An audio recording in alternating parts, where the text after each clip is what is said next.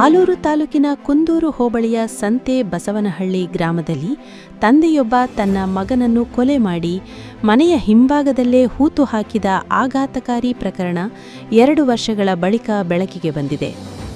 ಪೊಲೀಸರ ಮಾಹಿತಿ ಪ್ರಕಾರ ಕೊಲೆಯ ಆರೋಪಿ ಗಂಗಾಧರ 53 ಇತ್ತೀಚೆಗೆ ಅನಾರೋಗ್ಯದಿಂದ ಮೃತಪಟ್ಟಿದ್ದಾನೆ. ಕೊಲೆಯಾದವನು ಗಂಗಾಧರನ ಮಗ ರಘು 22.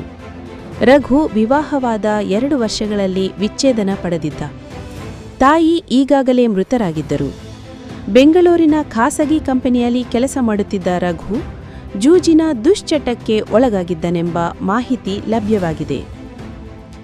ಆಗಾಗ ಊರಿಗೆ ಬಂದು ತಂದೆಯೊಂದಿಗೆ ಹಣಕ್ಕಾಗಿ ವಾಗ್ವಾದ ನಡೆಸುತ್ತಿದ್ದ ಆತ 2 ವರ್ಷಗಳ ಹಿಂದೆ ಹಣದ ವಿಷಯದಲ್ಲಿ ನಡೆದ ಜಗಳದಲ್ಲಿ ತಂದೆ ಗಂಗಾಧರನ ಕೈಯಲ್ಲಿ ಹತ್ಯೆಯಾಗಿದ್ದು, ಸ್ವಲ್ಪ ಬುದ್ಧಿಮಾಂದ್ಯತೆ ಇದ್ದ ಮತ್ತೊಬ್ಬ ಮಗನ ಎದುರೇ ಶವವನ್ನು ಮನೆಯ ಹಿಂಭಾಗದ ಹಿಂಗು ಗುಂಡಿಯಲ್ಲಿ ಹೂತು ಹಾಕಲಾಗಿತ್ತು. ಗಂಗಾಧರನ ಮರಣೋತ್ತರ ಕಾರ್ಯಕ್ರಮಗಳಲ್ಲಿ ರಘು ಕಾಣಿಸದಿದ್ದ ಕಾರಣ ಸಂಬಂಧಿಕರಲ್ಲಿ ಅನುಮಾನ ಮೂಡಿತು. ರಘುವಿನ ತಮ್ಮ ರೂಪೇಶನ್ನು ಕರೆಸಲು ಒತ್ತಾಯಿಸಿದಾಗ ಕೊಲೆಯ ರಹಸ್ಯ ಬಯಲಾಯಿತು. ಈ ಕುರಿತು ರಘುವಿನ ಸೋದರ ಮಾವ ಪಾಲಾಕ್ಷ ಆಲೂರು ಪೊಲೀಸ್ ಠಾಣೆಗೆ ದೂರು ನೀಡಿದರು.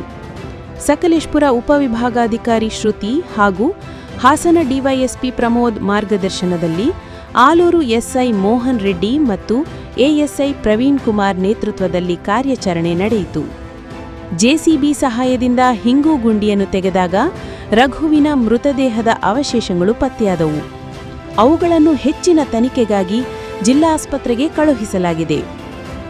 ಈ ಘಟನೆಯು ಗ್ರಾಮದಲ್ಲಿ ಆತಂಕ ಉಂಟುಮಾಡಿದ್ದು, ಸ್ಥಳೀಯರು ಕಾರ್ಯಾಚರಣೆಯನ್ನು ನೋಡಲು ಗುಂಪುಗೂಡಿದರು. ಕಾರ್ಯಾಚರಣೆಯಲ್ಲಿ ಎಎಸ್ಐ ಅನಂತ್, ದೇವರಾಜು, ಸಂಗಮ್, ಪುನೀತ್, ಪೂರ್ಣೇಂದ್ರ, ಫಾರೂಕ್, ನಂದೀಶ್, ಉಪ ತಹಸೀಲ್ದಾರ್ ರಮೇಶ್, ರಾಜಸ್ವ ನಿರೀಕ್ಷಕ ಸಂತೋಷ್ ಮೊದಲಾದವರು ಭಾಗವಹಿಸಿದರು.